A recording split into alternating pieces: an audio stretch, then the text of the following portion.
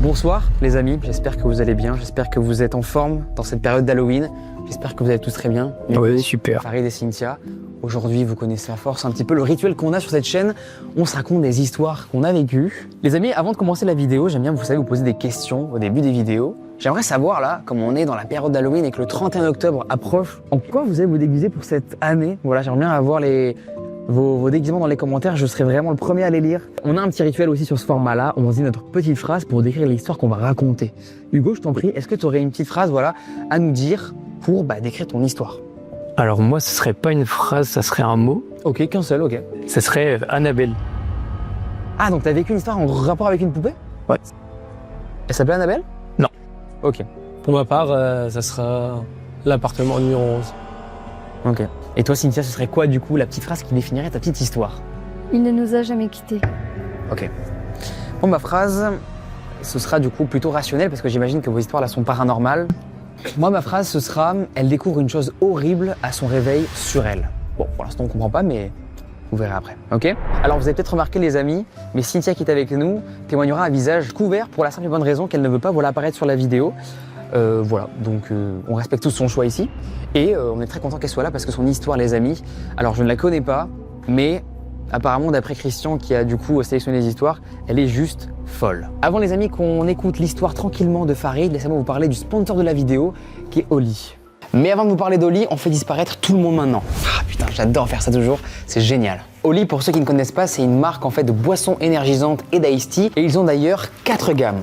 On a la gamme énergie, hydratation, on a aussi la gamme Ice Tea et la petite nouvelle, la milkshake. Ça se présente les amis comme des petits sachets comme ça en poudre à mélanger dans l'eau tout simplement. Dites-vous les amis qu'il n'y a pas de sucre, pas de taurine et les arômes et le colorant sont 100% naturels. Ce qui est génial avec Oli, c'est qu'ils font des pots qui sont équivalents à 50 canettes, donc beaucoup moins d'emballage. Oli, c'est largement plus sain que les sodas, vous y retrouverez plein d'antioxydants et plein de vitamines. Surtout dans la gamme énergisante qui, grâce à la New Caf, en gros c'est de la caféine cristallisée, ça vous permet d'avoir un effet beaucoup plus long terme et éviter le petit crash, le petit coup de mou après avoir pris un café. Alors je vous précise évidemment, ça ne remplace pas du tout l'eau. C'est juste en fait une alternative beaucoup plus saine aux sodas qu'on peut voir dans les grandes surfaces. Si vous voulez les amis découvrir Oli, il y a plusieurs façons de le faire. Il y a soit les packs découvertes, ça c'est parfait pour découvrir Oli pour la première fois, voir ce que tu aimes finalement dedans, les saveurs que tu préfères. À titre perso, moi ce que je préfère c'est mangue fruit de la passion. Ou sinon il y a les petites boîtes comme ça de 10 portions qui sont hyper pratiques parce qu'en fait elles s'emmènent un petit peu partout facilement. Avec mon code les amis Léo5 en majuscule, vous avez tout simplement 5 € dès la première commande que vous faites sur Oli. Mais si vous êtes des habitués, avec le code Léo10 en majuscule, vous avez 10% de réduction sur tout simplement n'importe quelle commande. Avant qu'on commence l'histoire de Farid les amis, j'aimerais avoir son avis maintenant sur son goût préféré.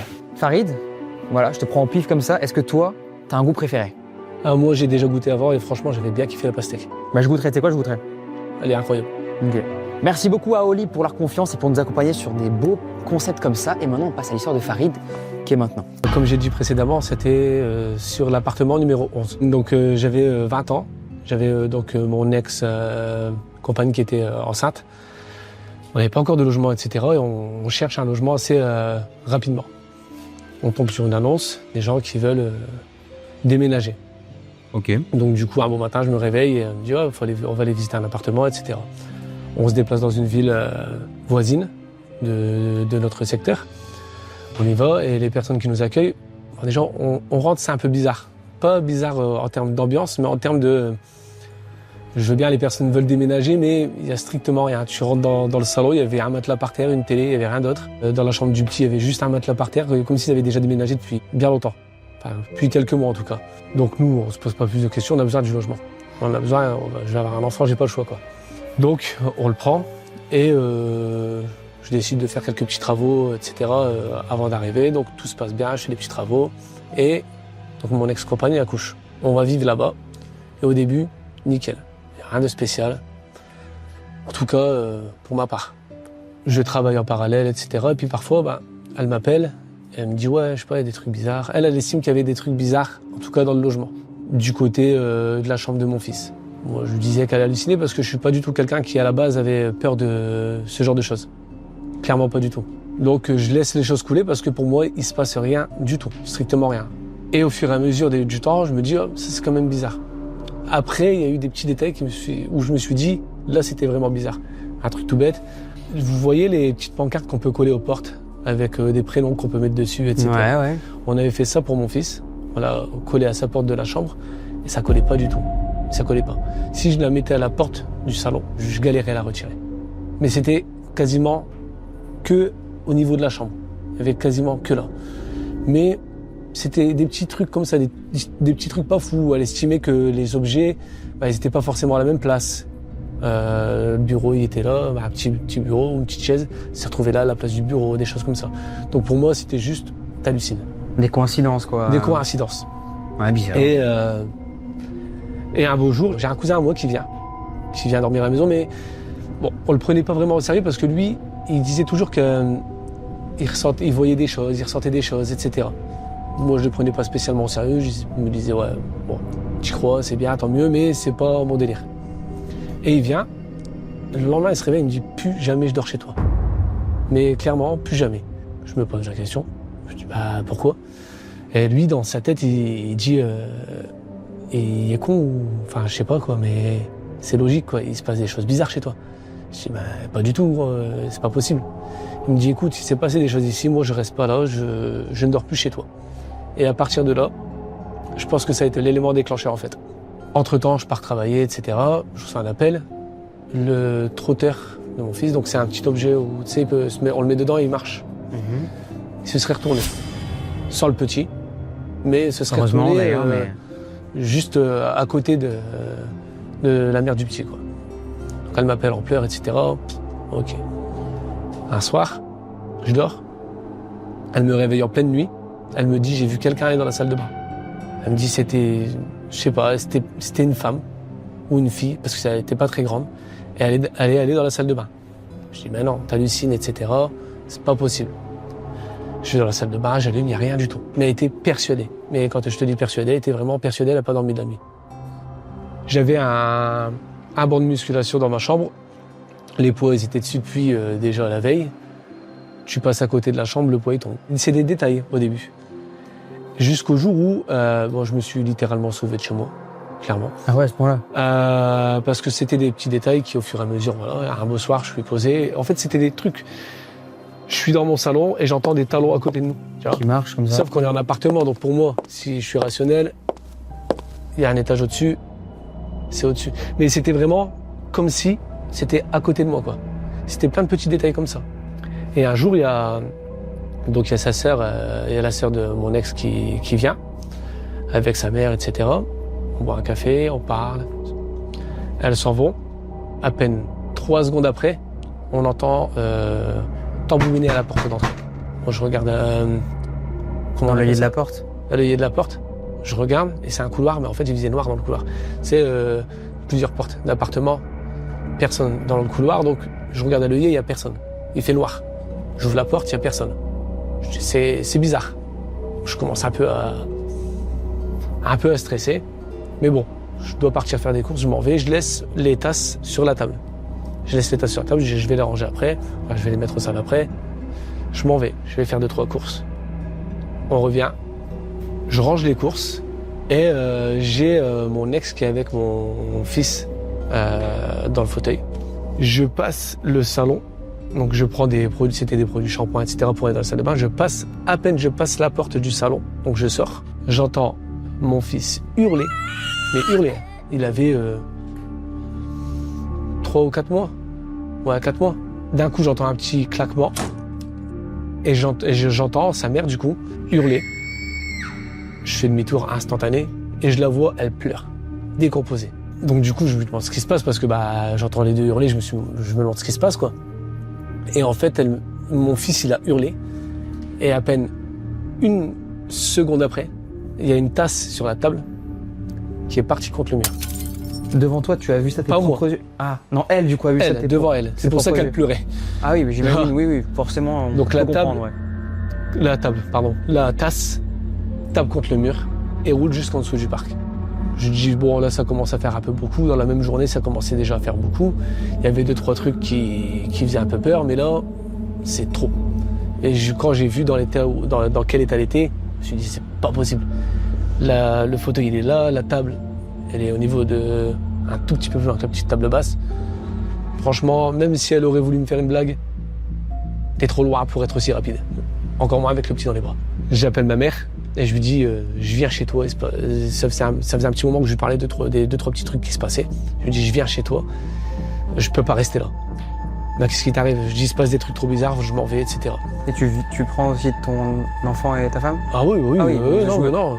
Je D'accord. quitte le logement, je laisse tout le monde là. Non, mais en fait, j'avais peur. Maman, j'arrive, je les laisse là et tout. Je me suis dit, ok, Non, quand même non. bizarre de. Non, donc du coup, c'est tout.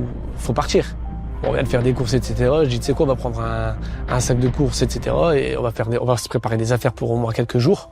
Parce que vous voulez pas revenir du tout, clairement. Et on se taille, quoi. On est en train de préparer les affaires. Temporairement, on met le petit dans le trotteur. Je fais ce que j'ai à faire. Et là, je me retourne et honnêtement, je suis figé. Quand je vois mon fils, je suis figé. C'est-à-dire qu'il est dans le trotteur. Et il y avait un petit volant devant lui. Et derrière, c'est un dossier. Et là, je me retourne et je le vois. Et je l'appelle. Enfin, j'appelle sa mère en tout cas. Elle le voit, elle fond en larmes. Et en fait, il était plus face au volant. Retourner en gros? Il était face au dossier, comme ça. Comme si quelqu'un en fait Comme l'avait si on avait fait déplacé ça. et l'avait retourné. Voilà. Là, bon, ça a pas duré 3 heures. On s'est sauvés. On est parti. On était chez ma mère. Bon, alors, je raconte ça à mes parents.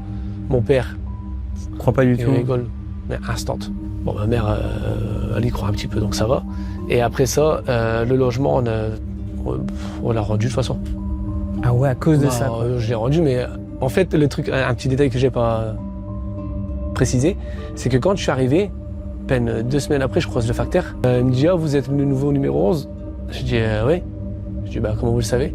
Et il me dit que clairement, tous les 6 mois, ça change de locataire. Ah, donc il y a un truc autour de cet appartement. Tu vois? Quoi. Et donc, du coup, même après, quand je devais déménager, reprendre des trucs, j'y allais, mais jamais seul. C'est-à-dire que si c'était, quand j'étais tout seul avec mon ex à l'époque, il se passait des choses, mais quand il y avait quelqu'un qui était là, il se passait rien. Donc, à chaque fois que j'y suis retourné, j'étais jamais tout seul. Je voulais jamais aller avec tout seul, en tout cas.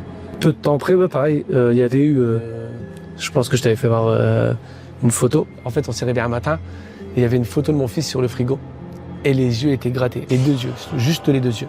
C'est effrayant en fait, les 2 yeux, tu me l'as montré tout à l'heure du coup, de ton fils, sont blancs. Comme s'il était en fait sur la photo un petit peu possédé, sauf qu'en fait, ouais, c'est gratté. Quoi, C'est ça. Comme si on avait gratté sur la photo. C'est C'est ça. effrayant. Bon, on vous mettra pas l'image comme, évidemment, on veut préserver, on en a parlé tout à l'heure en off, l'identité de ton fils en fait. Ouais, voilà. On ne veut pas le montrer, même si ça reste quand même de l'ordre du perso. Mais en tout cas, vous pouvez vous-même vous l'imaginer comme ça, c'est quand même très perturbant. Ouais. Voilà. Bah, bravo. Bravo Farid, on peut t'applaudir. Ça va mieux maintenant? T'as vécu des trucs comme ça ou pas juste après? Ou c'est vraiment rattaché à la chambre? En rapport avec ça, alors, à savoir une chose aussi, c'est que mon fils, jusqu'à tout le temps qu'on était à l'appartement là, il dormait quasiment pas. La nuit, c'était l'enfer. Franchement, il dormait quasiment pas. Et à partir du moment où je suis parti de là-bas, il a fait ses nuits. Ouais, donc il y avait Donc, vraiment un il y avait truc vraiment, pour malsain moi, rattaché pour moi, à la il y avait maison. vraiment quoi. un truc malsain. Et le déclencheur, ça a été clairement, je pense, mon cousin qui est passé là et puis qui m'a dit, ouais, c'est pas des trucs bizarres. Alors, il y avait des petits trucs, mais qui pour moi étaient pas forcément des trucs de fou, parce que je suis quelqu'un d'assez de base terre à terre, et honnêtement, là-dessus, j'avais pas spécialement peur. Bon, depuis ça, je vais pas te mentir, quand il se passe des choses, je suis pas dans le même état d'esprit, mais depuis, j'ai pas eu de choses, en tout cas en rapport avec ça. Il y a eu d'autres choses. Oui, évidemment, que du coup, avec Cynthia, ouais. avec Cynthia. Qui est pour qu'on précise aux gens, pour qu'ils soient avec nous. Sinon, ils vont pas trop comprendre. En fait, Cynthia et Farid sont ensemble, voilà. Et ont du coup vécu aussi des trucs ensemble qu'on verra du coup dans l'histoire après de Cynthia. Et moi j'avais une question, est-ce que tu as essayé de te renseigner justement sur cet appartement? S'il n'y avait pas eu justement des décès dedans ou... Non. Non? Non, Je sais pas du tout. c'est tout. Non, ouais. Non, bah à partir du moment où le facteur il m'a dit que tous les 6 mois ça changeait de locataire, je me suis dit bon, je comprends mieux du coup pourquoi quand je suis venu visiter il y avait rien dans le logement quoi. Mais en vrai, des fois, il vaut mieux même pas savoir. même pas savoir. Ouais, en vrai, franchement, Clairement pas. moi non plus. Toutes les bah, personnes qui vivent dans un appartement voulu savoir. numéro 11, force à vous qui regardez cette vidéo là. Parce qu'imagine, le nouveau propriétaire regarde cette vidéo et est comme ça dans l'appart. Ok merde, je dois partir du coup. Force à lui. Faut savoir que ce bon vieux Farid est complètement cartésien, hein. De base. Hein. De base. Il n'y croit pas du tout à tout ça. Et c'est ça que j'aime bien. En plus, dans tous les personnes qu'il y a aujourd'hui ici, vous ne croyez pas de base au paranormal, quoi. Enfin, Hugo, de ce que tu m'as dit, tu crois pas. Cynthia, de base, toi, Non. pas trop connecté Pas à ça trop, non plus. Jusqu'à qu'il arrive ce fameux événement qui te fait croire C'est un ça. petit peu à tout ça, quoi. Et c'est souvent ça dans les histoires. Hein. Ça commence par j'y crois pas trop. Et après, waouh, en fait, peut-être que. Enfin, tu sais, faut voir pour le croire souvent. Et c'est ce qui t'est arrivé C'est un ce petit qui m'est peu, arrivé, quoi. ouais. C'est ce qui m'est arrivé. Avant, je pouvais regarder les Paranormal Activity Tranquillement, quoi. tranquillement. Après, c'était autre chose. On imagine. Hugo? Bah, c'est quand tu veux, mec. Lance-toi quand tu veux. Allez. Alors, en gros, pour commencer et contextualiser, j'ai 6 ans et ma sœur en a 4. On est à Noël et on est en train de déballer les cadeaux. Moi, je me souviens, j'avais reçu des Lego Chima à l'époque, c'était trop cool. Quel banger. Donc, je suis content, je suis avec ma boîte et tout. Et il y a ma sœur qui m'appelle et qui me dit « Hey Hugo, regarde ce que j'ai eu, moi ». Et elle me montre une poupée. Alors, pour vous donner une description de la poupée, elle est immense. Elle fait peut-être 1m10, 1m20, la poupée, elle est énorme. Ok. Et détail très important, elle ne se plie pas. C'est-à-dire que ses membres ne peuvent pas se plier. En fait, c'est juste une poupée qui est raide. 10 ans plus tard, c'est là où va se passer du coup l'histoire. Donc, entre-temps, pendant les 10 ans, mes parents sont divorcés. Donc, il y a la garde alternée, c'est-à-dire que du coup, je passe une semaine chez mon père, une semaine chez ma mère. Donc, la poupée, ma soeur grandit, la poupée, elle finit au garage, on sait même plus où elle est. Enfin, bref, elle est au fin fond du garage. Et donc, il y a un soir, je suis chez ma mère et je suis posé avec ma mère, on regardait la télé. Et il y a ma soeur qui prenait sa douche. Et donc, la salle de bain est juste à côté de mon salon. C'est-à-dire que du coup, on entendait l'eau couler. Et d'un coup, on entend le pommeau de douche tomber et ma sœur crier. Avec ma mère, on court, on ouvre la porte de la salle de bain. Et ma sœur, elle est en boule, en train de pleurer. Et elle nous dit, j'ai vu une dame dans le miroir. Et alors, avec ma mère, au début, on se fout clairement de sa gueule. Hein. Franchement, on est franchement horrible, hein, mais très cartésien. Ouais, avec ma mère, pour le coup, très très cartésien, et on lui dit, à quoi tu joues? Et elle nous dit, oui, c'était une femme, elle était toute noire, très fine, avec des longs cheveux noirs.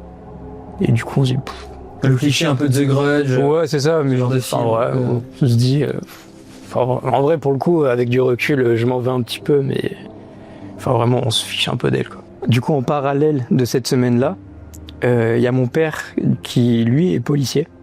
Et alors lui, dans sa vie, tout se passait pour le mieux. Il avait retrouvé quelqu'un dont il était fou amoureux. À son travail, ça se passait super bien. Franchement, tout allait super bien. Il n'y avait aucun problème pour lui. Et un soir, il va faire un cauchemar où il se voit prendre son arme de service et se mettre une balle avec. Bon, voilà, juste un cauchemar. Il se dit, C'est quand même peur. Hein. ouais. La nuit d'après, il refait le même cauchemar. 2 fois d'affilée, il se dit, c'est bizarre. Et jusqu'à la fin de semaine, où il va faire une tentative de suicide avec son arme. Et c'est là où ça l'a frappé, parce que pour le coup, il n'y avait aucune raison pour qu'il en arrive à cette tentative. Parce que tout se passait super bien, quoi. Il n'avait aucun problème. Quelques mois après, on se retrouve du coup en août. J'ai 16 ans et ma sœur en a 13-14. Ah oui, j'ai pas précisé, dans la même semaine où il a fait cette tentative, il y a justement sa copine avec qui même il devait se marier, qui l'a quitté, du jour au lendemain comme ça. Sans explication. Sans explication, comme ça. Donc du coup, il est vraiment au bout de sa vie, quoi. Et du coup, il appelle ma grand-mère pour avoir un petit peu d'aide. Et ce qui fait jamais de base, mon père, c'est quelqu'un... même s'il est dans la merde, il ne demande jamais d'aide à qui que ce soit. Donc là, pour le coup, c'est qu'il allait vraiment pas bien. Et donc, ma grand-mère, du coup, vient pour 1 semaine ou 2. Et pendant cette semaine-là, il va y avoir quelques petits trucs, un peu comme tu racontais, Farid, où ça va être des trucs qui vont changer d'endroit, des choses comme ça. La télé qui s'allume toute seule. Bon, encore ça, c'est des choses... moi, perso... C'est électronique, donc ça peut... Ouais, voilà, moi, ça me choque pas tant que ça. C'est quand même... Ouais, c'est un peu bizarre, mais voilà. Et le truc le plus marquant, c'était ma grand-mère qui prenait des médicaments tous les matins, là. Elle avait une boîte de médicaments qu'elle posait toujours en plein milieu de la table. Et un matin, plus de boîte. Ouais, forcément, c'est pas une blague de mon père ou quoi, parce que c'est super important, ces médicaments. Et ils n'arrivent pas à retrouver la boîte.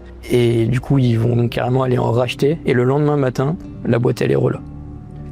Au début, c'est juste des petits trucs comme ça. Mais comparé à ce qui va arriver après, c'est vraiment rien du tout. Et donc du coup, On est encore quelques semaines après. Du coup, je vais rejoindre mon père, ma sœur et mes grands-parents du coup en Charente pour passer des vacances. Et c'est là où justement tout va se passer. Et donc du coup, j'arrive dans la voiture et il y a mon père justement qui me raconte ce que je vous ai raconté, le fait que du coup sa compagne l'a quitté, que du coup il avait des problèmes au travail. Et c'est la première fois de ma vie que je vois mon père pleurer. Donc tout de suite ça met une ambiance vraiment pesante. Donc assez tendue. Et donc j'arrive chez mes grands-parents et tout. Et mon père me dit écoute Hugo, demain il y a quelqu'un qui va venir à la maison. Et il est là pour nous aider, moi et ta sœur. Puis ok. Et ma sœur du coup en off qui me dit ouais ben c'est par rapport aux choses que je voyais dans les miroirs et tout. Je dis c'est par rapport à ça. Et pareil, très cartésien, je me fiche un petit peu d'elle quoi. Et donc on va se coucher. Et le lendemain matin, du coup il y a ce mec qu'on va appeler Henri qui arrive. Alors pour vous faire une description du gars, il doit avoir, je sais pas, peut-être 70 ans, il est un peu bossu, il a un œil qui part à l'ouest, enfin juste physiquement ce mec fait super peur. En gros c'est un exorciseur. Et donc pour le coup, même moi je le prends pas du tout au sérieux quoi. Il me dit c'est quoi ce clown enfin, et donc mon père m'explique que du coup il a fait appel à un exorciseur parce que y a des choses qu'il comprend pas trop. Donc du coup on se pose, on déjeune tous ensemble avec du coup ce Henri. Il va commencer à faire lire à ma sœur des passages de la Bible, des choses comme ça un petit peu bizarres. Et il va nous dire que la maison où on est là, chez mes grands-parents, il y a des endroits où il y aurait des entités. Donc moi c'est pareil, je me souviens que je lui rigole au nez en mode mais t'es qui frérot? Et il va prendre un pendule et il va commencer à poser des questions au pendule et le pendule va commencer à indiquer des endroits dans la maison. Et donc je sais pas si vous voyez à quoi ça ressemble un pendule. C'est une sorte de petit bras, ouais exactement, c'est ça. Qui se dirige vers des endroits. Exactement. Du coup, j'imagine les directions, quoi. Ouais, c'est ça. Et ouais. Et en gros, il y avait un pendule avec ses clés de voiture et tout. Et donc, il pose des questions au pendule. Et du coup, il demande au pendule est-ce qu'il y a des entités dans cette maison? Et donc, en gros, pour dire oui, le pendule retourne dans le sens des aiguilles d'une montre. Et pour dire non, il tourne dans l'autre sens. D'accord. Ok. Et donc il va poser des questions et pour le coup là aussi je commence un peu à me dire moi ça commence à devenir bizarre comme cette affaire et vraiment le gars ne bouge pas et le pendule voilà il tourne du coup dans le sens pour dire oui et donc il lui dit indique-moi. Le pendule s'arrête net et commence à indiquer une direction. Là je me dis wow, ça commence à faire beaucoup là et ça indique une direction et il sort de sa poche du sel béni et il commence à jeter du sel béni toujours en forme de croix. Et donc il va faire ça à différents endroits. Il va en faire bouffer à ma sœur aussi. Et il y a un moment, il va se mettre dans un coin et il va poser des questions à son pendule. Et il revient nous voir et il nous dit je sais ce qui se passe dans votre famille. Et il nous dit en fait il y a la meilleure amie de la compagne de mon père qui est très jalouse de votre relation et qui a décidé de vous nuire.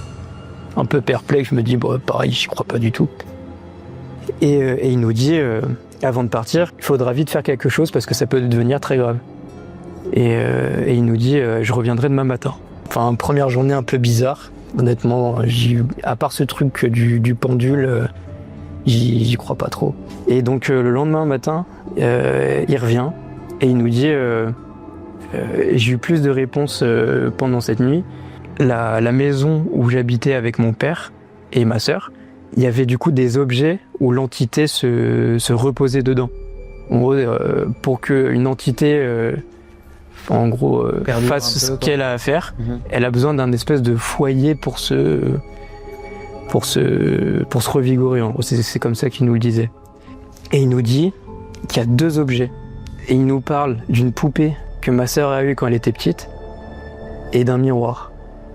Et donc moi direct, je fais ok, décrivez-moi la poupée. Il me décrit parfaitement la poupée, la taille qu'elle faisait, les habits qu'elle avait, il me décrit tout parfaitement. Et il nous dit que c'est une poupée que ma sœur a eue quand elle était petite. La poupée, elle avait un haut rouge avec des points blancs. Il nous dit exactement ça. Du coup, je me dis, ah ouh. Et à partir de là, je commence vraiment à me taire et je me dis, oh, en fait, là, ça devient peut-être un peu sérieux, là. Et il nous parle d'un miroir aussi. C'est un miroir de poche qui pouvait se ranger dans un placard.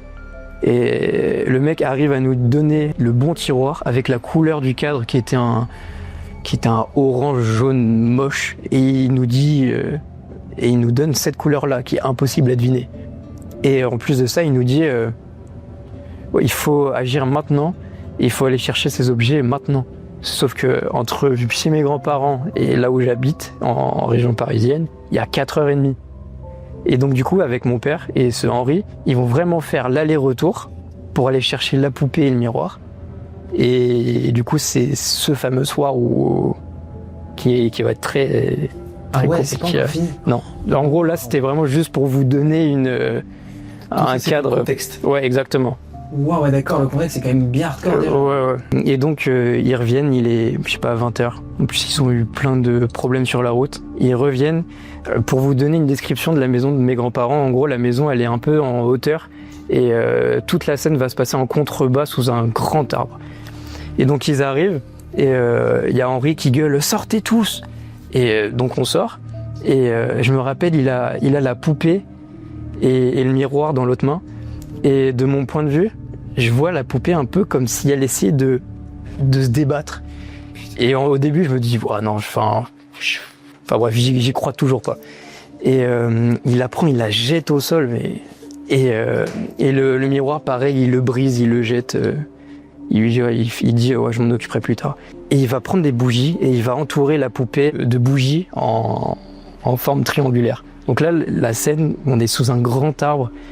Il y a la poupée allongée au sol, entourée de bougies dans un triangle de bougies, et on est tous autour. Donc, et moi je me dis, mais qu'est-ce qui se passe, quoi? Genre, ça devient, on dirait une secte. Ouais, exactement, on dirait un peu une secte. Et il nous dit, va falloir brûler la poupée. Et la poupée avait explosé 3 fois. Et comment ça? Et c'est là où tout va basculer. Du coup, il y a Henri qui s'approche de la poupée pour la brûler. Et au moment où il va se mettre à allumer l'allumette, je vous jure, il y a la poupée qui bouge une jambe. Genre, il y a son pied qui fait comme ça. Quoi? Et à partir de ce moment-là, je décide de filmer. Au moment où je vois la poupée bouger, je fais, il faut que je filme. Et je me suis dit, il me faut des preuves. Et comme ça, je pourrais re-regarder et savoir si je suis vraiment pas fou. Du coup, à partir du moment où la poupée commence à se mettre à bouger, je prends mon portable et je filme. Et donc, au moment où je commence à filmer, là, il met feu à la poupée. Et au moment où la poupée se met à brûler, il y a ma sœur qui explose en cri. Mais un cri qui n'était pas sa voix. C'était pas un cri de petite fille de 13 ans. C'était un... Putain. Pour essayer de vous mimer le cri, en gros, c'était... Vous voyez le bruit qu'on fait quand on veut vomir? Ouais. En gros, c'est... Et c'était un cri comme ça. Mais au moment où la poupée se met à brûler, et au moment où, du coup, Léa, elle commence à crier, il y a Henri qui dit retenez-la parce qu'elle allait tomber. Il y a mon père qui chope ma sœur, et du coup, qui la maintient debout, et elle commence à crier. Et là, il y a Henri qui sort une vieille Bible en latin, et il se met à réciter des trucs en latin et en lui balançant de l'eau bénie sur ma sœur. Et à chaque fois qu'elle se prend de l'eau sur la gueule, elle crie encore plus, elle se débat. Il y a la poupée qui se met à exploser. Une fois. Pah! Et au moment où elle explose, il y a ma sœur qui crie encore plus fort. Et mon père qui commence à galérer à retenir ma sœur. Elle a 13 ans, mon père à ce moment-là, il en a 45 ans. Henri qui me dit Hugo, aide ton père. Et du coup, j'arrête de filmer, je le mets juste en audio. Et du coup, je me mets à retenir ma sœur. Et au moment où je tiens ma sœur par le bras et que je la regarde, elle avait les yeux complètement noirs. Il n'y avait plus de blanc. Et même, en fait, c'est comme si sa pupille, elle recouvrait tout. Et pas un morceau de blanc, il n'y avait rien, c'était que du noir. Et ce qui m'a le plus impressionné, c'était la force qu'elle avait.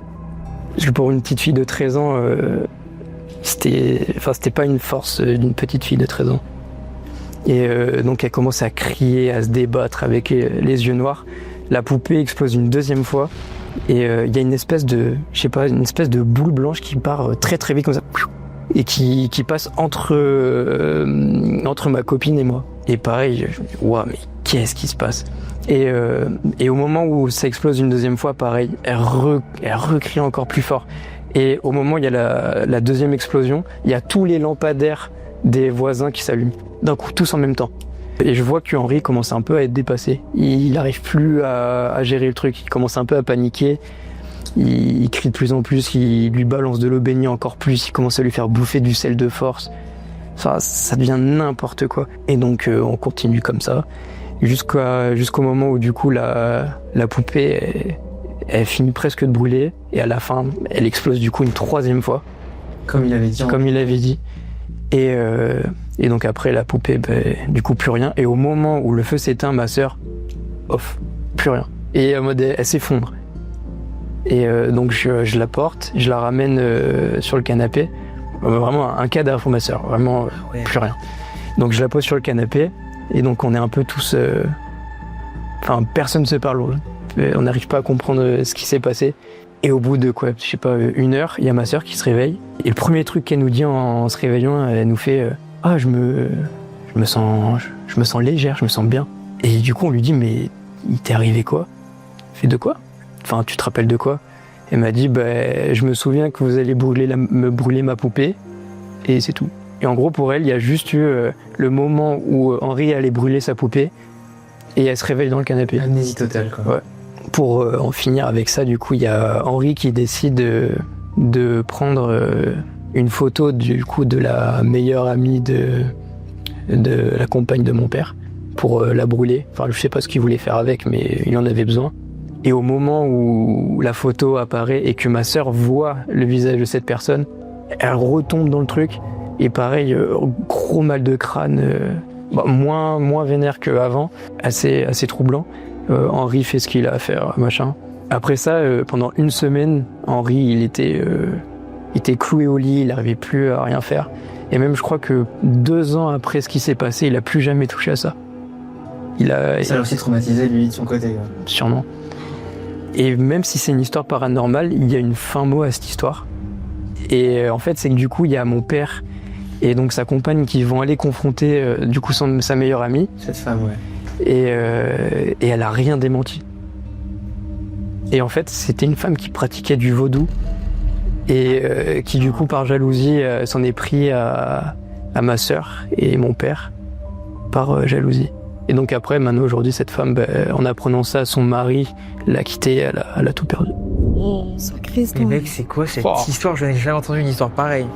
C'est chaud. Elle est traumatisée, mec. Enfin, et merci de l'avoir raconté. C'est compliqué quand même. Ouais. T'es pas à une histoire pareille, quoi.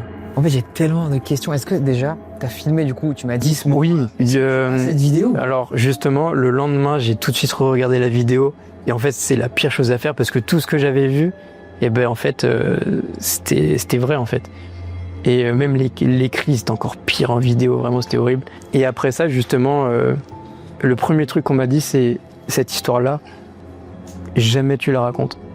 Et pourquoi tu as décidé de la raconter? Parce que alors ça, honnêtement, en vrai, c'est la première fois que je le dis à autant de monde. Je crois que je l'ai dit à 2-3 personnes maximum. Mais en vrai, c'est parce que c'est un truc qui, même si j'avais 16 ans, donc c'était il y a 4-5 ans, c'est un truc qui me revient très souvent. Et je me dis que d'en parler, ça peut t'aider. Ouais, c'est ça. Et maintenant, du coup, tu crois au paranormal ou pas du tout? Ouais.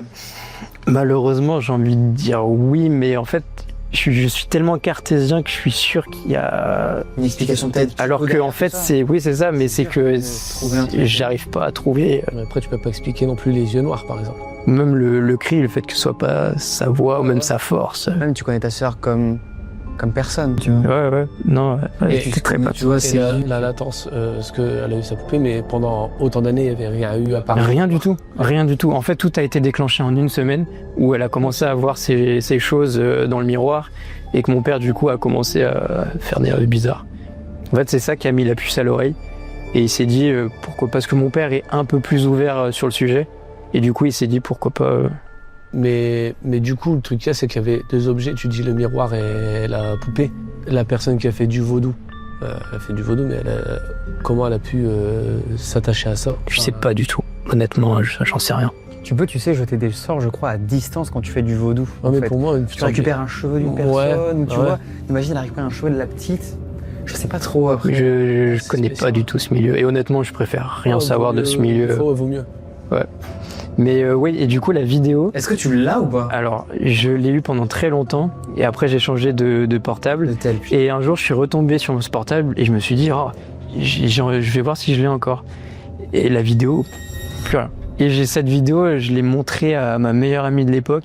Elle m'a dit, plus jamais tu me remontes cette vidéo. J'aurais trop voulu l'avoir. J'aurais vraiment voulu l'avoir. Et là, je pense qu'il y a une frustration chez les gens, mais en même temps, c'est pas grave en soi. Mais déjà, merci pour avoir eu le courage de partager ce témoignage, qui est quand même très dur à... Même tout le côté aussi de ton papa, qui... Est-ce qu'il t'a donné une explication? Est-ce qu'il se sentait mal? Ou c'est quelque chose qui l'a poussé, d'après lui, à faire ce qu'il voulait faire? Tu sais? Honnêtement, il savait pas trop. Après, pour le coup, ça, on en a pas trop reparlé parce que c'est un peu tabou cette histoire-là, franchement. C'est délicat, ouais. Ouais, parce que pendant un moment, j'avais essayé de remettre le sujet sur la table parce que j'avais besoin d'en parler même. Ouais. Et personne ne voulait m'en parler. Bah, merci beaucoup, on peut t'applaudir Hugo, bravo pour ce courage en vrai. Franchement, ouais.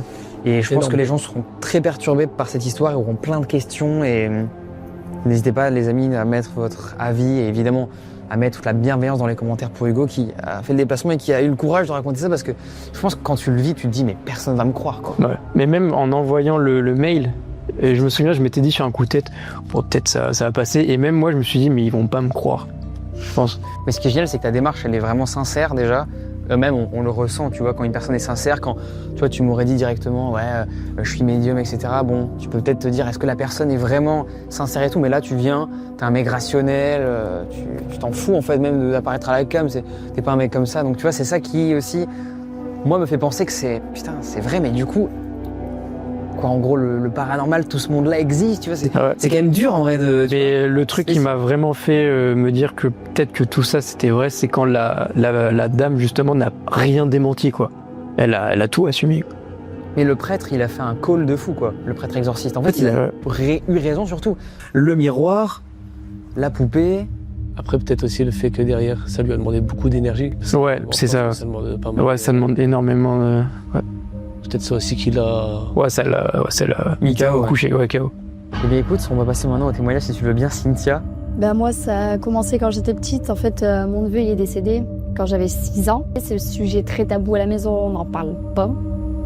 C'est très compliqué. Et puis, je suis devenue maman pour la première fois en 2016, où j'ai eu des petits trucs, mais ça allait. Comme mon fils, il y avait une voiture télécommandée, elle s'allumait toute seule en pleine nuit, les phares s'allumaient. Et tu le voyais ça devant tes yeux comme ça? Ah oui, j'ai des vidéos devant mes yeux où elle avance, elle recule et il n'y a personne Tu les as dedans. encore les vidéos, je crois. Et je pense que j'en ai encore. Ce serait fou si on pourrait les montrer aux gens, ces vidéos. Ouais, je regarderai, je pense que je les ai encore. Ou après, j'ai une grande baie vitrée à l'appartement et il y a des pieds d'enfants tout en haut de la vitre. Sur, Ah ouais? Des traces. ouais, des traces traces. Des pieds, de pieds tout en haut de la vitre ou de mains. Après, c'est tout. J'accouche de mon deuxième enfant en 2019.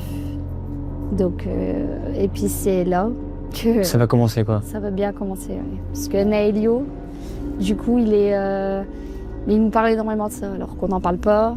Il voit quelques photos, il nous a demandé c'était qui, on lui a expliqué, c'est ton cousin qui est décédé, mais c'est tout. Et puis un jour, on est ensemble, on va en balade avec le petit en été, il faisait super beau là où on habite. Et puis le petit dit tu sais maman, Emilien, bah moi je le connais. Je dis ah oui. Il dit bah oui, je sais même qu'il est mort. Puis il nous a expliqué toute sa mort. Que même moi il y a En des détail, détails quoi. que Alors qu'il a 2 ans, c'est ça? il y a 2 ans il le connaît pas parce que mon neveu est décédé en 2005 et mon fils est né en 2019. Donc et même des détails que moi je ne savais pas parce que j'avais 6 ans. Donc il y a des détails Que ton fils m'est avait passé- plus que toi en fait. Oui, c'est ça. Que c'est lui qui m'a expliqué, en fait. Il y a plein de choses qu'il m'a expliqué que du coup, j'ai demandé à ma sœur. Et ma sœur me dit oui, c'est vrai. Parce que ta sœur était Elle se souvient de beaucoup plus de choses que toi. Bah, c'était la Pendant mère l'incident, du d'accord. petit, donc alors elle a eu un moment de choc, donc Ah oui, d'accord, oui. elle était choquée, mais je veux dire, c'était la maman du petit, donc il y a plein de choses qu'elle sait que moi je savais pas forcément, parce que moi j'avais que 6 ans, donc j'ai fait un tri, quoi. Je me souviens du strict minimum. Et puis il nous racontait plein de choses. Et un jour, il nous dit qu'il en a marre de pas pouvoir dormir parce que Emilien il vient l'embêter tout le temps la nuit et que du coup la caisse, vous savez, c'est une caisse enregistreuse pour les enfants. Elle avait pas de pile, il y avait rien dedans. Et en fait, si on n'appuie pas sur le bouton, bah, le tiroir il peut pas s'ouvrir. Et si on referme pas le tiroir, du coup il peut pas se réouvrir. Tu vois, c'est. Ok, ouais. Et toute la nuit, la caisse enregistreuse ça fonctionnait, ça fait ting ting ting toute la nuit, toute la nuit, toute la nuit. Quand on y est allé, Farid a été vérifié. La caisse était là, mais même si on était là, ça fonctionnait. On pouvait rien faire. Après, il y a un Spider-Man interactif. C'est un grand Spider-Man, une figurine. Il faut savoir que mon neveu était très très fan de Spider-Man. Je comprends. Et c'était une grande figurine à mon fils. Et en fait, fallait bouger le bras, lever le bras et l'abaisser pour que le Spider-Man parle. Et là, le Spider-Man a fait toute la nuit « Wouhou, je vole! Wouhou, je vole !» Oh putain. Et Quelle le angoisse. petit, il en avait marre et puis il décide d'expliquer ça à Farid de l'après-midi. Il dit « Tu sais, papou, toute la nuit... » Et là, mon fils, il finit pas sa phrase et le Spider-Man, il fait « Wouhou, je vole !» Ouais. Les frissons. les frissons. Oh, l'angoisse. Devant Farid, quoi. Oh putain. On a tout enlevé, on a enlevé les piles, on a tout enlevé. Hein. Ah, t'as dû phaser, quoi. Ah ouais, On de a fou. tout enlevé. De fou. Tout. Et ça, c'est pas le pire encore. Pour moi. C'est quoi le Quand on pire? s'est sauvé de la maison. Parce que je trouve ça quand même bien Avant fait. déjeuner, on s'est sauvé de la maison. Oui, j'étais partie emmener les petits à l'école. Et Farid, il se reposait un peu. Là, il dormait encore, quoi. J'ai emmené les petits à l'école et quand je suis rentrée, je suis venue réveiller Farid. Et en fait, il y a ma chambre qui est là et puis là, il y a celle des enfants. Donc vraiment porte face à face. Et on entend un gros boom. Et de là, on entend « Aïe, je me suis fait mal ». Donc du coup, lui, il doute. Il me dit « T'as mis les enfants à l'école ?» Bah, je dis « Oui ». Puis bah, je commence à pleurer, clairement. Je lui dis « J'ai peur, faut qu'on s'en aille ». Et du coup, on est parti. Je suis pas restée chez moi. Je suis partie chez mon frère prendre le petit déj toute la soirée, de toute façon. Tu t'es rentré, il était 19h. Je suis rentrée, j'ai pas osé rentrer chez moi, en fait, j'avais peur. Et j'ai mon fils qui fait plein de choses comme ça, on va partir avec, on est parti avec ses parents à la Ducasse, on s'en va à la Ducasse et mon fils il tire la main comme ça, mais belle-mère elle lui dit mais qu'est-ce que tu fais Naelio? Il dit bah je donne la main à Emilien. Et il avance main dans la main avec le petit alors qu'il y a personne à côté de lui. On est à table, il nous fait mettre des assiettes pour lui. Ouais. Après, Alors qu'il a 2 ans, enfin, pardon, Ouais, il a 2 comment ans. expliquer que un Non, enfant maintenant, il de en 2 a ans, 6. maintenant il en a 6 et il nous en parle encore. il en parle encore. Ouais. Et vous réagissez comment par rapport à ça? Alors, Vous lui dites quoi? Vous niez? Non, c'est pas possible. concrètement, dans les débuts où il se passe des choses, On a nié. Hein. moi j'étais dans le déni complet. La caisse, elle sonne. Elle me dit Farid va voir. Je lui ai répondu c'est ton neveu. Tu y vas. Ah oui, pareil, perte de couilles instant, là, pour le coup, là. C'est instantané. Perte de couilles instant, là. C'est clairement ça. Maintenant, à l'heure actuelle, ça va. On dose. Parfois, j'ai mon cousin qui passe, pas le même, mais un cousin à moi qui passe à la maison, il a vu 2-3 trucs, il a fait bon, au revoir, je m'en vais. Et puis ça va, clairement, il reste pas à la maison. Mais nous, ça nous fait, moi personnellement, plus grand chose. Pour toi, je sais pas. Non, moi non plus. Après, il y a eu aussi la fois où il a envoyé chez son parrain. Enfin, Oui, en fait, mon neveu, il savait pas dire parrain, donc il appelait mon grand frère papa parrain. C'était son parrain, il disait papa parrain. ça, il pouvait pas le savoir non plus, du coup. Le petit. Et du coup, mon fils ne pouvait pas le savoir. Et un jour, mon frère vient à la maison et mon fils lui dit bon, papa parrain. Donc mon frère, il le regarde comme ça, tout choqué. Il lui dit il faut que tu prennes Emilien chez toi. Mon frère lui dit non, non. Mon frère, parce qu'il croit à tout ça et il a peur, vraiment. Oh là là. Et le petit, il donne la main comme ça, mon fils du coup, et puis il fait ça à mon frère. Donc mon frère, il dit oh bon, ok. Il prend quoi, histoire de ne m'en parle plus quoi, laisse-moi tranquille. Et puis mon frère qui revient le lendemain matin, tétanisé, il me dit dis à Naelio qui reprend le petit, qui reprend Emilien, parce que en fait il avait un grand cadre au mur, mais il était posé là depuis qu'il a emménagé, donc ça faisait 4-5 ans qu'il était là. Le cadre il est tombé dans la nuit, mais vraiment entre le radiateur et le mur. Vraiment dans un espace très serré. Putain. Les jouets, ils ont fonctionné toute la nuit. La télé, le son qui montait, qui descendait toute la nuit. Donc, il n'en pouvait plus, il nous l'a ramené. Après, moi, on a eu l'épisode du micro-ondes. Au micro-ondes, dès qu'il s'allumait, il se mettait en route pour 28 heures. On ne savait pas. Et un rapport avec ce 28 Non, un signe pas rien. pour moi. Même débranché. Même débranché, ouais, il était débranché, il fonctionnait, il tournait encore. Il tournait, il y avait la lumière. J'ai aussi des vidéos de ça. Il tournait, j'ai la lumière. On comprenait pas, mais du coup, ça se mettait en route tout le temps. Sauf que du coup, maintenant, Naelio, il y a 6 ans, et il en parle toujours autant. Et là où mon neveu, il habitait, il y avait son papy, le grand-père de Farid, et mon neveu était voisin. Parce qu'on est du même... On est du même quartier. Donc ils étaient voisins. Donc actuellement, au cimetière, ils sont voisins, collés. La même façon qu'à l'appartement. Ok. Et Ça c'est voulu ou ça a été fait? Non, c'est pas voulu. C'est vraiment inconscient. C'est-à-dire ils étaient voisins dans la vraie vie et puis après la vie, ils sont toujours voisins. Mais ça, c'était pas voulu du tout. D'accord. Et puis un jour, il y a mon fils qui descend, il était à l'étage, il descend, il dit Maman, j'en ai marre parce qu'il y a le vieux monsieur à lunettes, le vieux voisin à lunettes qui demande pour voir Papou. Mais moi, du coup, je réfléchis à mes voisins à moi. J'étais perturbée, j'ai dit, on n'a pas de vieux monsieur à lunettes, Naelio en voisin. Ah si, Emilia, il a dit. C'est le vieux monsieur à lunettes avec la canne. Et là, quand il m'a dit la canne, j'ai tout de suite fait le rapprochement au grand-père de Farid, en fait. Donc du coup, quand il est rentré du travail, je lui ai annoncé cette phrase. Donc du coup, j'étais lui rendre visite parce que, on sait jamais, pas serein quoi. J'ai dit il demande à me voir, je vais aller le voir. Et depuis, il nous l'a pas redit. Non, il nous l'a pas redit. Il avait peut-être besoin de... Peut-être, parce que je d'avoir sais cette pas. visite quoi. Ouais. Sûrement, peut-être. Et depuis, il nous l'a pas ressorti là. Après, tout à l'heure, j'ai parlé de mon cousin dans l'histoire qui avait été un peu un élément déclencheur. Oui. Et de lui-même, il a perçu un truc avec le petit. C'est-à-dire qu'à l'heure actuelle, quand on va dans une fête récemment, c'était le baptême. Dans une fête. C'était le baptême de ma nièce, du coup. On a été à cette fête-là, il se voit jamais. Là, il est passé que 2-3 fois à la maison à l'espace de 3-4 ans, mon cousin. Mais le petit et lui, ils ont aucun... Franchement, ils se voient jamais. Ils ont aucune affinité.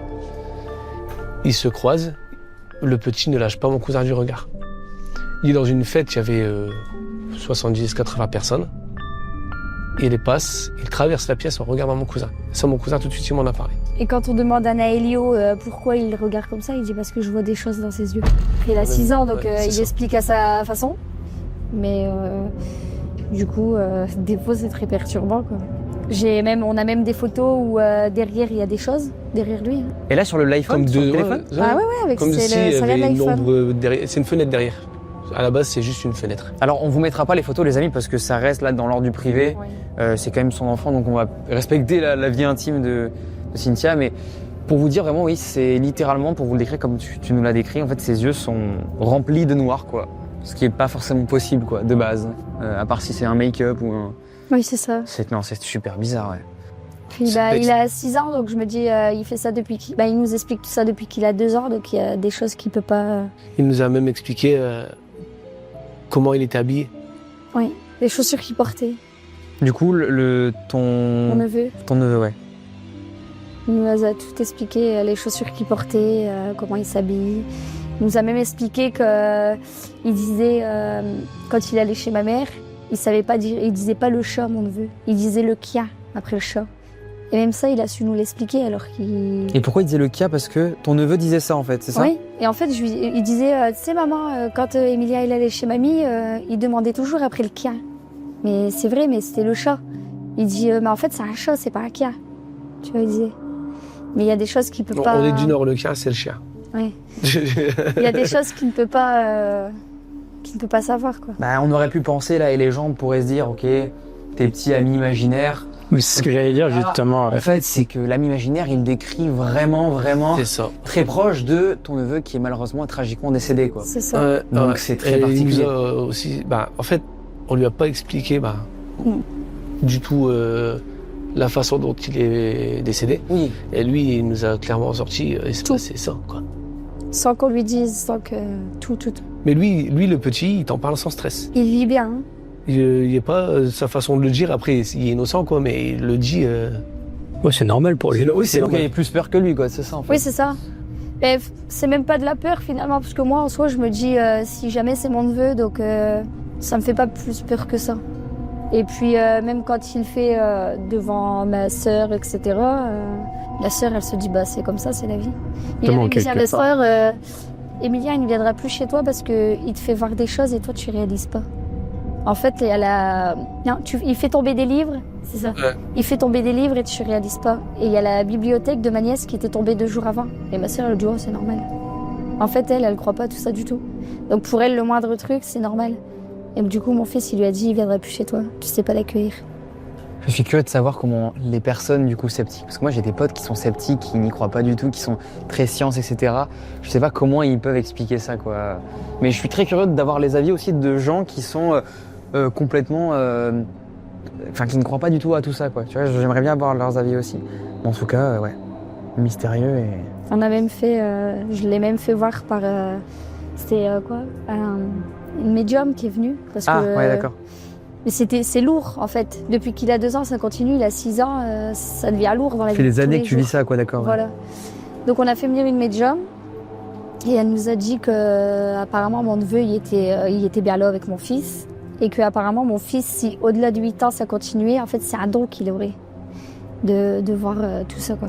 Et je pense que t'as même pas besoin d'une médium pour prouver, enfin ça, parce qu'il te le prouve même lui-même, quoi, le Ouais, petit. c'est ça. Ouais. Il nous Mais dit- Après, on sait que généralement, les enfants, C'est mieux le médium en fait. ils sont très, ils réceptionnent beaucoup ce genre de choses et puis ils voient beaucoup de choses apparemment les enfants. Mais c'est ce qu'elle dit, à partir de 8 ans, s'ils voient toujours des choses, c'est que. En fait, c'est ça soit il dépend décide de s'ils développer développent ou pas. ou soit il en reste là et c'est tout. Bah bravo. Bravo pour avoir eu le courage de raconter ça.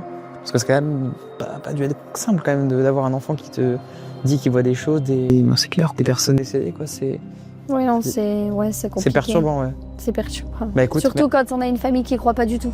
c'est ça, ouais, vous avez été dans le truc. C'est ça. Puis même dans ces situations-là, tu te sens seul, tu te sens impuissant, tu sais pas quoi faire parce que qu'est-ce que tu veux faire Oui, je peux rien y faire, c'est ce que je lui dis tout le temps.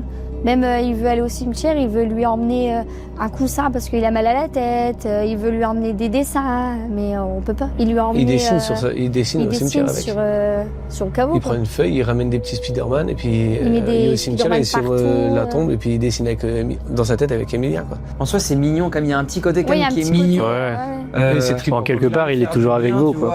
Oui, c'est ça. Ouais. Quelque part, il est toujours avec nous, en fait. Bah merci beaucoup Cynthia, on peut t'applaudir, bravo. Pour avoir raconté ça. Ça n'a pas été facile, mais merci beaucoup d'avoir quand même témoigné sur la chaîne. Bon, les amis, merci déjà pour vos histoires. Franchement, ça m'a fait plaisir de vous écouter. Bon, moi, pas une histoire du coup qui m'est arrivée. Une histoire qui est arrivée à une jeune femme, à peu près 20 ans, qui s'appelle Clara. L'histoire, elle l'a racontée sur un forum et ça l'a particulièrement traumatisée. Et vous allez comprendre pourquoi après, parce que bon, commencer à nous accrocher. Donc Clara, il faut savoir que c'est, pour contextualiser un petit peu, le genre de personne très sociable, très solaire, elle est ouverte avec tout le monde, elle a aucun a priori sur tout le monde, elle fait beaucoup de soirées, bref, très joviale, très cool quoi. Une meuf qui pourrait vraiment pas être avec nous tous ici, enfin voilà, hyper sympa. Et il faut savoir que du coup, elle a rencontré un jour une fille qui s'appelle Lucie et qui va être à sa classe en septembre du coup à la rentrée, dans sa fac. Donc bah tout se passe bien avec elle, elle rencontre avec Lucie. Bon, Lucie est un petit peu timide. Elle est pas du tout extravertie, elle est plutôt introvertie. Tout l'inverse littéralement de Clara qui elle pète le feu quoi.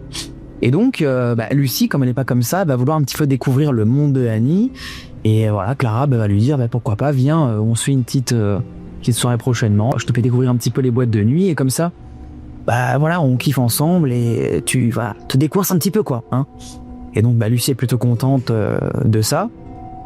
Donc voilà, un soir elles vont aller toutes les deux en boîte de nuit. Bon, ça va bien se passer, la soirée va se dérouler assez simplement. Elles vont danser avec la musique, soirée assez simple. Elles vont décider de prendre un verre d'alcool, voilà, au bar. Et évidemment, elles le savent très bien, faut se méfier des garçons en boîte de nuit, parce qu'à tout moment, il y a un mec un peu chelou qui met du gel sur son verre et Après, elle finit la soirée quelque part, on ne sait où, mais voilà. Elle fait gaffe à ça quand même. Vous verrez, c'est un détail assez important pour la suite de l'histoire. Donc, faut savoir que Clara est une fumeuse. Donc quand elle prend son verre, juste après, elle a une petite envie, c'est de fumer, sa petite clope. Donc elle va dire à Lucie, écoute, reste là, toi, parce que Lucie n'est pas du tout ni fumeuse, reste là à 5 minutes, moi je vais fumer dehors et je vais discuter avec des gens et tout. Est-ce que ça te dérange? Lucie lui dit, t'inquiète tout neuf, il n'y a aucun problème, je surveille ton verre, tout va bien se passer. Elle sort dehors, elle sort de la boîte, elle fume sa clope, 5 minutes, elle parle avec des personnes, très cool d'ailleurs, bon, tout se passe bien. Elle revient prendre son verre, elle boit sa petite gorgée, et la blackout totale. Trou noir complètement, amnésie totale. À partir de là, dites-vous, elle ne se souvient plus de rien. Ce qui va se passer, ça va être très très bizarre. Un jour plus tard, elle se réveille dans une chambre d'hôtel. Alors là, elle va pas du tout comprendre. Elle est un peu déboussolée, elle reconnaît pas du tout où elle est. Est-ce qu'elle est dans un hôtel, chez une amie, chez Lucie? Elle comprend pas du tout. Mais elle capte très vite, grâce en fait à la composition de la chambre, qu'elle est dans une chambre d'hôtel. Alors il faut savoir qu'elle est en pyjama, un pyjama qu'elle ne reconnaît pas, comme un pyjama un peu, vous savez, que qu'on vous donne à l'hôpital. Très simple, blanc, vous savez, avec les fesses à l'air. Vous voyez un peu ce genre de tenue à l'hôpital. Elle a ce genre de tenue, ce genre de pyjama.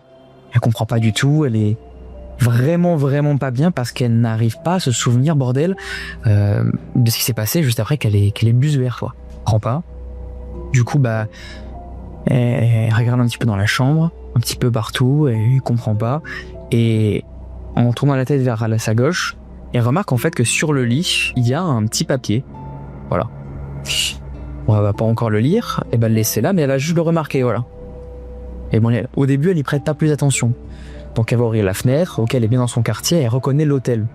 L'hôtel, c'est un hôtel qui est un peu à côté de chez elle, genre à 10 minutes de chez elle, quoi. Donc elle reconnaît, ok, c'est bon, elle est dans sa ville, à côté de sa ville, elle est quand même un peu rassurée sur ce truc-là, quoi. Elle est pas à Perpète-les-Bains, elle est un peu dans son périmètre, quoi, dans sa zone. Donc sur le coup, elle est rassurée, elle essaie d'appeler ses parents, personne lui répond. Bon, là, elle ne comprend pas. Et elle va décider, du coup, de finalement lire ce petit papier. Et il faut savoir, vraiment, je vais préciser, très important, à côté de ce papier, il y a une petite boîte. Une boîte qui lui servira et vous allez comprendre pourquoi. Elle va lire ce papier, elle va l'ouvrir. Et là, il y a au feutre écrit quelques phrases. Ça lui dit ouvertement qu'on lui a pris un rein, qu'en gros qu'elle a subi une intervention médicale, chirurgicale du coup, et que en fait on lui a laissé des Doliprane pour faire passer la douleur et que les maux de tête allaient passer, juste il fallait qu'elle prenne ses médicaments. Voilà. Et dans le mot, c'est précisé, il lui demande de ne pas appeler la police. Il lui dit littéralement, elle se réveille, du coup, elle voit ce papier avec cette note-là, elle pète un câble. Hein. Mais bon, évidemment, vous imaginez la réaction, elle stresse, elle est paniquée complètement, elle appelle ses parents, du coup, personne encore lui répond. Elle décide d'envoyer un message à Lucie pour voir si elle va bien, si elle a vécu aussi ce truc-là, si elle sait ce que c'est ce message et tout, et elle, qu'est-ce qu'elle a fait, du coup. Bref, elle se pose plein de questions. Et ces questions-là, elle va les poser à Lucie. Sauf que Lucie, à partir de ces messages-là, elle ne lui répondra plus jamais. Plus aucune nouvelle à partir de ce jour de Lucie. Il avoue que du coup après Clara, elle est rentrée chez ses parents. Comme elle connaissait un petit peu les environs, elle est rentrée en bus, quoi. Elle en parle à ses parents, etc., complètement paniqués. Et eux décident de faire des analyses, hein, évidemment, pour voir si tout ce qu'elle raconte est vrai. Et, bref, eux, ses parents au début n'y croient pas du tout, honnêtement, et ils pensent qu'elle a vécu un trauma, peut-être une agression. Même si elle montre le papier à ses parents, ils n'arrivent pas à y croire, quoi. Elle pense que c'est un canular ou qu'un pote, je sais pas, qu'elle assume pas d'avoir fini dans un hôtel avec un mec. Enfin bref, ils la croient pas, quoi. Donc ils vont faire du coup ces analyses chez un médecin. Et les analyses sont formelles, il lui manque bien un rein. Donc ça veut dire que quelqu'un, en fait, lui a littéralement enlevé un rein pendant une soirée. Oh ouais. Top. C'est chaud. Voilà. Et du coup, on n'a plus du tout une nouvelle de Lucie. Est-ce que Lucie a changé l'établissement entre-temps? Ça, on sait pas. Est-ce qu'elle était dans cette manigance depuis le début? Ça, on le saura jamais. Et cette histoire, je vous l'avoue de suite, elle est un petit peu romancée. Mais elle est complètement vraie de A à Z. Dans les faits, une femme s'est fait enlever un rein. Et cette femme, cette jeune femme, je ne sais pas quel âge elle a, en fait, c'est une connaissance d'une abonnée qui est déjà venue ici. En fait, une abonnée nous avait raconté hors plateau qu'il y avait une pote à elle, en gros, qui s'était fait réellement, en fait, pendant une soirée, faite droguer, elle s'était fait droguer et enlever un rein vraiment. Elle a vérifié du coup après ça et effectivement il lui manquait un rein. Donc faites attention les filles à tout ça, ça fait un peu peur honnêtement. Carrément. Faites attention à qui vous traînez en boîte, faites attention à vos fréquentations mais aussi surtout à ce genre de personnes qui du coup clandestinement volent des reins à des gens quoi. Après, je pense pas qu'il y a de place au doute. Je pense que la Lucie en question était bien concernée par le truc, quoi. Ouais. Mais ce serait du coup cool qu'on invite peut-être cette personne à raconter ça parce qu'on a eu l'abonné m'a fait un bref résumé. Mais après c'est quand même un truc traumatique. Du coup j'ai préféré vraiment en fait me le raconter moi que elle vienne parce que j'imagine que c'est vraiment un truc qu'il a traumatisé. Et évidemment pour le respect et la confidentialité de tout, j'ai changé pratiquement tous les éléments de l'histoire pour ne pas la baisser quoi finalement si elle tombe sur cette vidéo. Mais en tout cas moi ça m'a bien fait peur quand même à raconter ça. C'est là que j'ai vraiment été pas bien parce que je m'effondre. Putain j'imagine ça arrive même à une pote à WAM ou un soir t'as un projet. C'est un bringue de fou ça. Comment tu réagis quoi. Même en plus ce truc de qu'on fasse ça en fait sans que tu sois conscient. T'imagines c'est horrible quoi. Je sais pas comment tu peux être en fait. C'est fou parce que ça se trouve il y aurait pas eu le mot. Je sais même pas si elle s'en serait rendue compte. Je sais pas du tout Je sais pas du tout c'est fou. Elle se réveille. Pour elle, il y a rien qui a changé, mais il lui manque un rein, quoi. On t'annonce, que... Mais du coup, ça a dû être, j'imagine, vraiment bien fait, quoi. Pour pas qu'elle ne remarque le truc, quoi. C'est ça qui me perturbe aussi dans l'histoire, quoi, tu vois. C'est perturbant parce que même si ses parents la croient pas, t'as été opéré, quoi. Donc... Ouais, c'est ça. Du coup, j'imagine. Ouais, c'est vrai. Mais du coup, je sais pas. Ça, c'est un peu le truc fou de l'histoire, voilà. Ouais. Voilà. Et en vrai, c'est fou que du coup, c'est presque des pros, les mecs. C'est ça, en fait. Mais ils sont quand même, en fait, dans l'histoire, c'est horrible ce que je veux dire, mais cool, ils mettent un petit Doliprane, tu vois, pour que, y a le rétablissement qui se passe. Non, mais je trouve ça vraiment bizarre, quoi. Le bien, c'est qu'ils font ça, mais ils le font bien, quoi. C'est ça, exactement. Et pour certaines personnes, il y en a qui ont vécu ça, mais qu'on n'a jamais revu, sûrement. Et là, pour le coup, elle a la chance de se réveiller quand même. Malheureusement, il lui manque ça. Mais elle a quand même la chance de se réveiller. Ça me fait penser à tous ces trafics d'organes qu'on entend. Enfin, vous savez, à la sortie des gares, apparemment, on t'accoste et on te demande est-ce que tu peux prendre du lait pour mon enfant, s'il te plaît. On t'éloigne, en fait, de ton groupe de potes et ça te kidnappe et ça fait n'importe quoi avec ton corps. Parce que je crois, si je dis pas de bêtises, c'est hyper, en fait, cher. En fait, littéralement, les organes humains, quoi. Donc, c'est... Faites gaffe à vos organes, voilà, c'est un on peut dire aux gens. Ça, c'est sûr. Ouais. Mais écoutez, merci d'être venu. Merci à toi d'avoir pris le temps de l'écouter et de vous écouter parce que c'est aussi une forme de respect que j'apprécie. Franchement, merci beaucoup d'avoir fait le déplacement aussi. Merci beaucoup à Oli d'avoir sponsorisé cette vidéo. Merci, c'est grâce à eux qu'on arrive à faire des gros projets comme ça, inviter des gens, faire déplacer des gens et qu'on se raconte nos histoires. En l'occurrence, les vôtres qui est vraiment particulièrement badante aujourd'hui. N'hésitez pas les amis, vraiment, voilà. N'hésitez pas, non, faites-le en vrai. Soyez, respectueux dans les commentaires. On est là pour témoigner sans jugement. Et voilà, on kiffe tout simplement. Je vous mets les amis, évidemment, si vous voulez venir participer à ce genre de format-là, un formulaire en description. Vous nous racontez votre histoire et on verra du coup si on vous invite dans ce format-là. Merci d'avoir suivi cette vidéo et de suivre toutes les vidéos abonnées qu'on peut réaliser ici. Merci évidemment à Mystery Time pour nous prêter ce décor absolument magnifique dans tous les formats. Je mets aussi leur lien en description. Je vous embrasse, passez une très bonne nuit. C'est bientôt Halloween les gars, moi je suis plutôt content franchement. C'est un peu la période géniale. J'espère que vous aussi vous êtes prêts pour les vidéos qui vont arriver pour Halloween. Des bisous.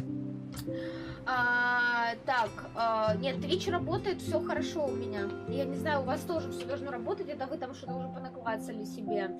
Вот, значит, я его оставляю себе, он мне действительно очень нравится. Да, в жизни он выглядит, наверное, похуже чуть-чуть. Хотя, если, я просто знаю косяки какие-то, поэтому я на них смотрю. Вот, я сюда посажу цветочек, который мне дарили зрители, посажу в землю, прям будет расти. Вот это все, этот горшок можно мыть. Потому что это краска, которая не смывается. Вот также я куплю еще поддон вот такой вот, разукрашу его тоже вот в такой вот розовый оттенок. Короче, я его вот оставляю себе, да, этот горшок.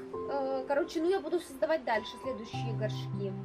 Нет, ребят, я его вообще не на продажу делала, я рада, что у меня вот это вот получилось, мне кажется, это симпатично.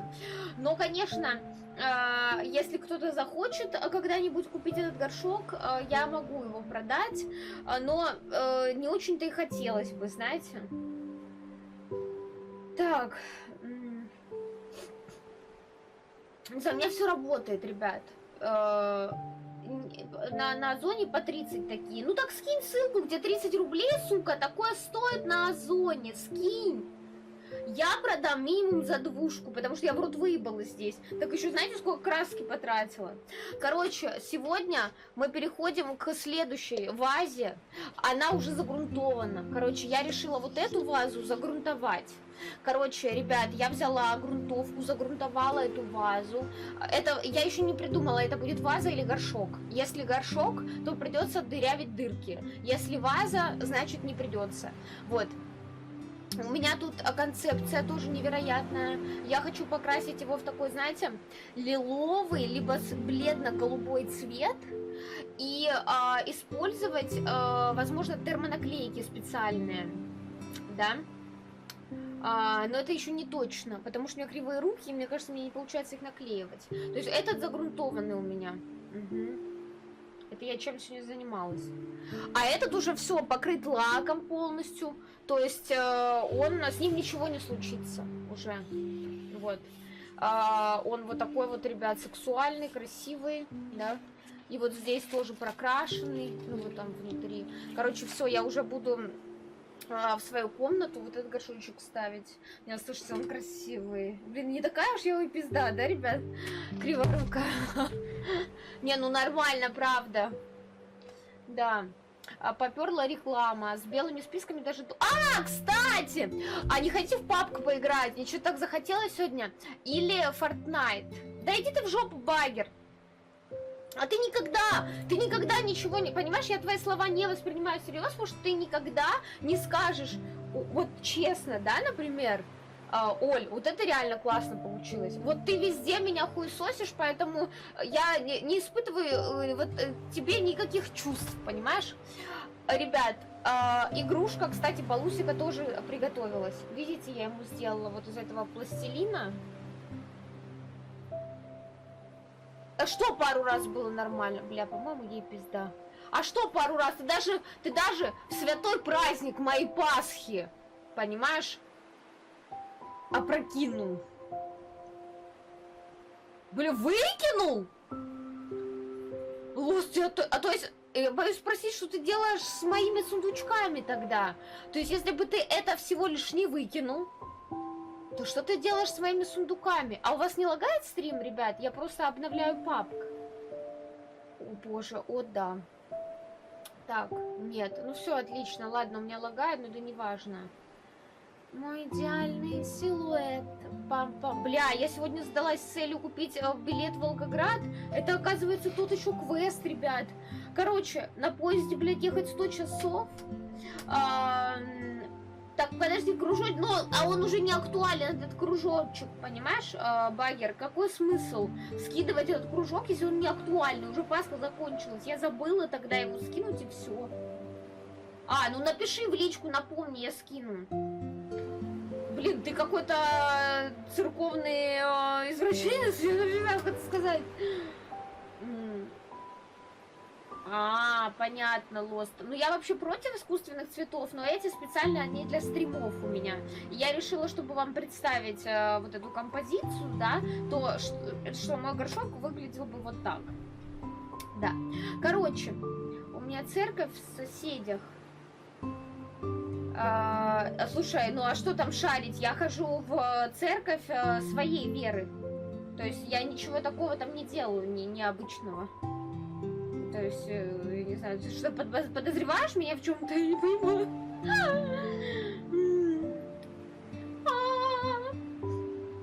Короче, в общем-то, да,